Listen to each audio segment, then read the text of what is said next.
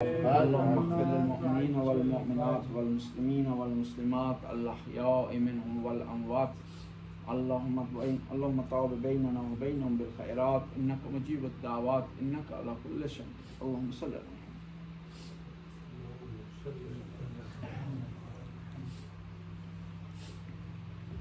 بسم اللہ الرحمن الرحیم.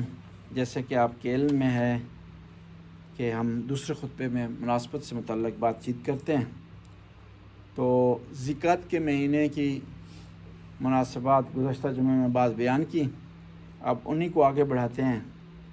17 زکوٰۃ کو 179 ہجری کو ہارون رشید کے حکم پر امام موسیٰ کاظم کو گرفتار کیا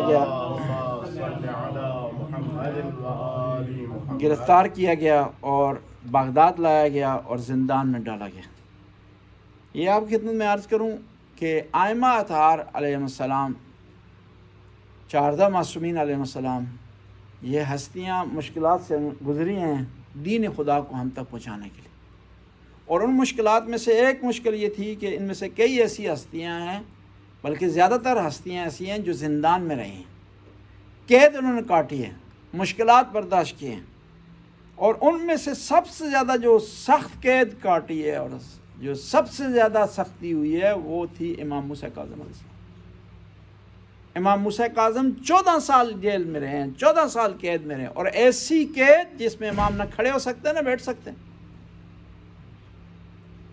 لیکن اس کے باوجود بھی امام علیہ السلام نے صبر کیا، حتیٰ بددعا تک نہیں دی.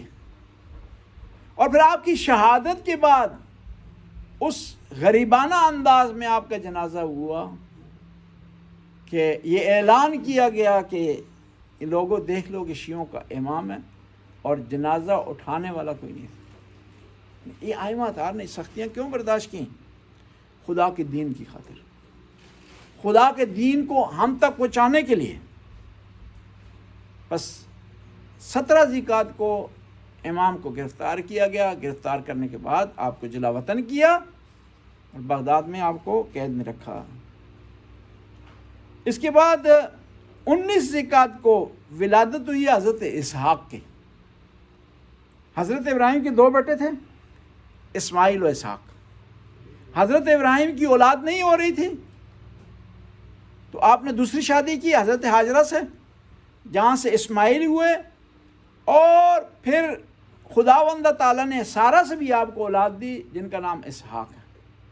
اور ہمارے جو نبی ہیں وہ اولاد ہیں کس کی؟ حضرت اسماعیل کی. بنی اسرائیل جو اولاد ہیں وہ کس کی؟ حضرت اسحاق کی. اور یہ روایات بتاتی ہیں کہ امام زمانہ کی جو شخصیت ہے اس میں دونوں نسلیں مل گئی آ کر، کہ امام زمانہ کے والد امام حسن عسکری حضرت اسماعیل کی اولاد میں سے ہیں، اور بی بی نرجس خاتون حضرت اسحاق کی اولاد میں سے ہیں. اس لیے کہا جاتا ہے کہ امام زمانہ اسحاقی بھی ہیں اور اسماعیلی بھی ہیں، اور مشرقی بھی ہیں اور مغربی بھی ہیں، کیونکہ آپ کے والد جو ہے مشرق کے رہنے والے ہیں اور والدہ آپ کی جو کیا ہیں ویسٹ کی ہیں، روم کے رہنے والی تھی. اور یہ حضرت اسحاق کے بارے میں یہودیوں نے یہی کہا تھا نا کہ ہم نے اس لیے قبول نہیں کیا محمد کو کیونکہ اسماعیل کی اولاد سے، یا اگر اسحاق کی اولاد سے ہوتے تو ہم انہیں قبول کر لیتے. بس حضرت اسحاق کا بھی بہت بڑا مقام ہے. یعنی حضرت ابراہیم وہ نبی ہیں کہ جن کے 2 بیٹے جو ہیں نبی ہیں، اسماعیل اور اسحاق. اور حضرت ابراہیم کو خدا نے شرف دیا ہے کہ حج ان سے منسوب ہے، خانہ کعبہ ان سے منسوب ہے. آپ حج کے جو بھی رکن بجا لاتے ہیں وہ انہی سی کی سنت ہیں، اور خاص طور پر حج کے دوران جو آپ کنکریاں مارتے ہیں شیطان کو، وہ بھی جو ہے انہی سے منسوب ہے، انہی کی جو ہے سنت ہے. وہ ایک سمبل ہے، خدا کو حکم ہے آپ نے کنکریاں مارنی.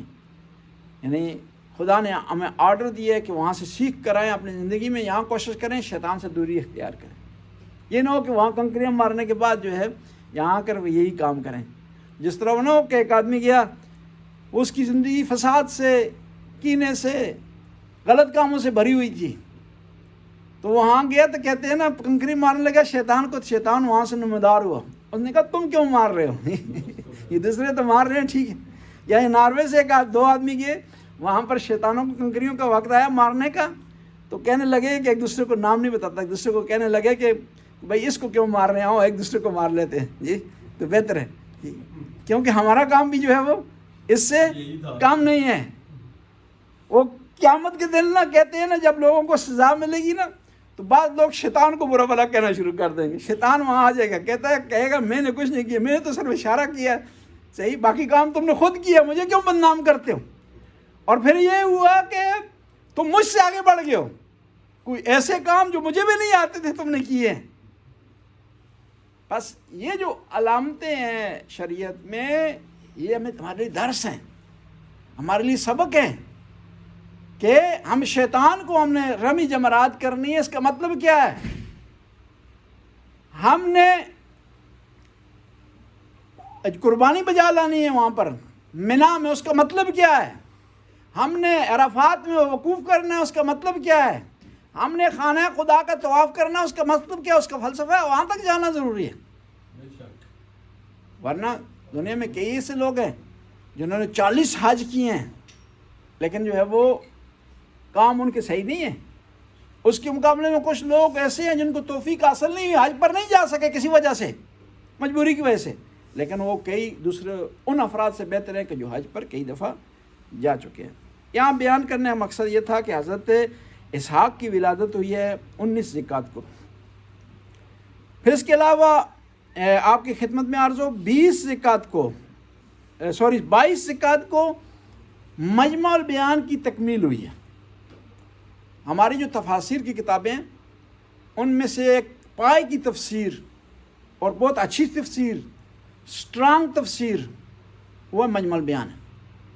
ہماری جو تفسیر کی کتابیں ہیں ان کے 2 حصوں کی ہیں. بعض ایسی محققانہ کتابیں ہیں کہ جو صرف علماء ہی پڑھ سکتے ہیں، محققین ہی پڑھ سکتے ہیں، اور بعض ہیں عوامانہ جن میں سے تفسیر نمونہ ہے، تفسیر رہنما ہے، تفسیر نور ہے، یہ عوام کے لیے لکھی گئی ہیں. لیکن بعض کتابیں ایسی ہیں جو پائے کی ہیں، جو علماء کے لیے لکھی گئی ہیں، جن سے مجمع البیان ہے.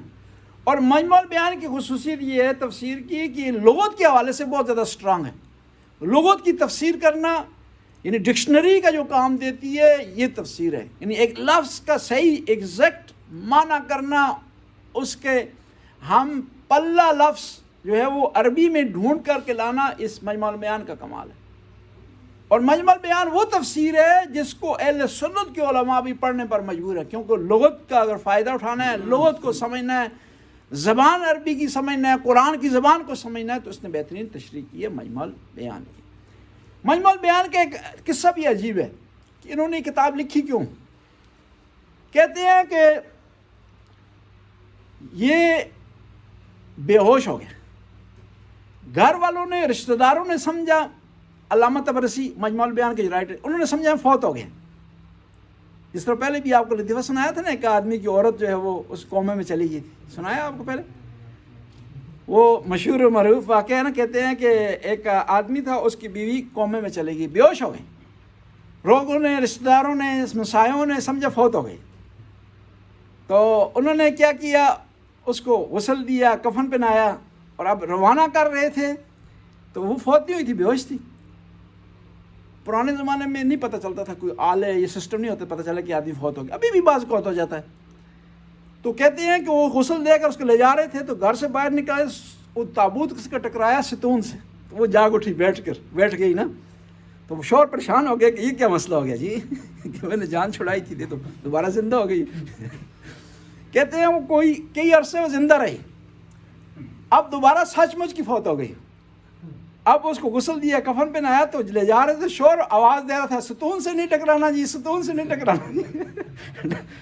تو مجمع البیان کے جو رائٹر تھے ان کے ساتھ بھی اس طرح ہوا، وہ بے ہوش ہو گئے، گھر والوں نے سمجھا فوت ہو گیا، غسل دیا، کفن پہنایا اور ان کو دفن کر دیا. اب وہ قبر پہ ان کو جاگ آ گئی، پریشان ہو گئی، ابھی سمجھ آ گئی کہ بھائی میرے ساتھ یہ معاملہ ہو گیا.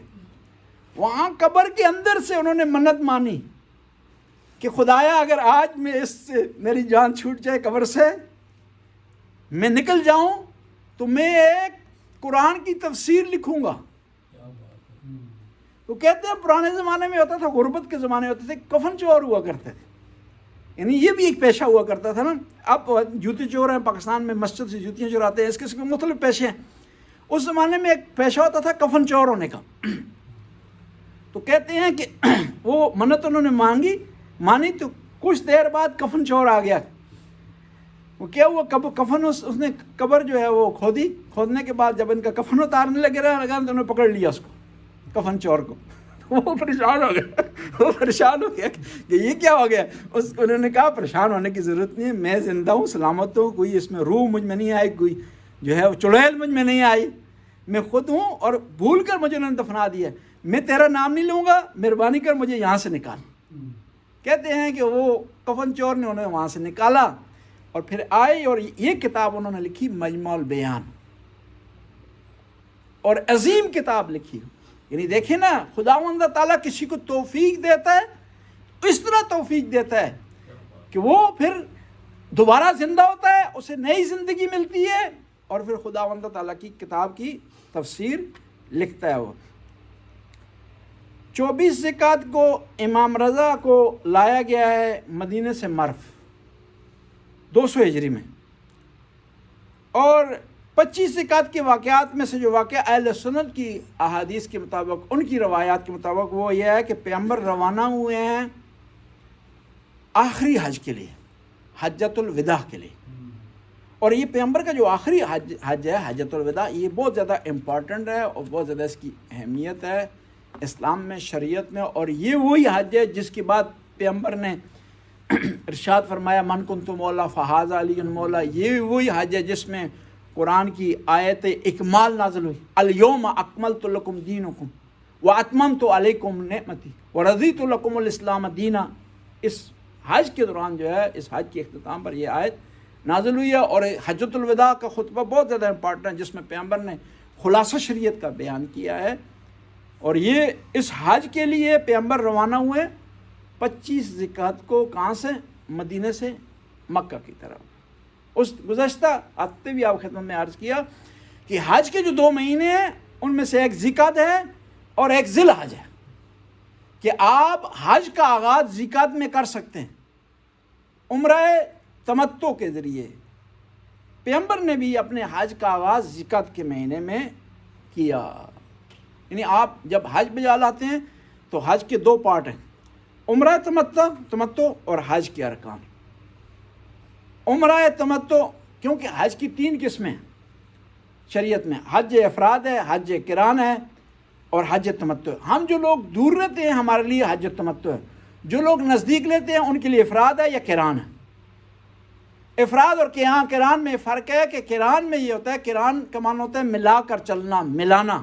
یعنی قربانی کو آپ اپنے ساتھ لے کر آئیں گے تو پھر قران کہلائے گا، اگر قربانی کو آپ ساتھ نہیں لائیں گے تو وہ حج افراد کہلائے گا. اور حج تمتع اور حج افراد اور قران میں فرق یہ ہے کہ حج تمتع میں پہلے عمرہ ہوتا ہے اور حج بعد میں ہے، اور حج قران اور افراد میں ایسا ہوتا ہے کہ پہلے حج ہے، بعد میں عمرے کے جو ہے وہ احکام ہیں. اس لیے بعض اوقات یہ ہوتا ہے کہ بعض خواتین مجبور ہو جاتی ہیں کہ وہ حج قران یا افراد بجا لیں اگر ان کو جو ہے وہ ماہانہ مسئلہ پیش آ گیا، کیونکہ وہ طواف نہیں کر سکتی، خانہ کعبہ کے پاس نہیں جا سکتی، تو ان کو اپنے بعد ارکان کو پوسٹپون کرنا پڑتا ہے یہاں تک کہ ان کی حالت نارمل ہو جائے. صلوات پڑھ بلند آواز.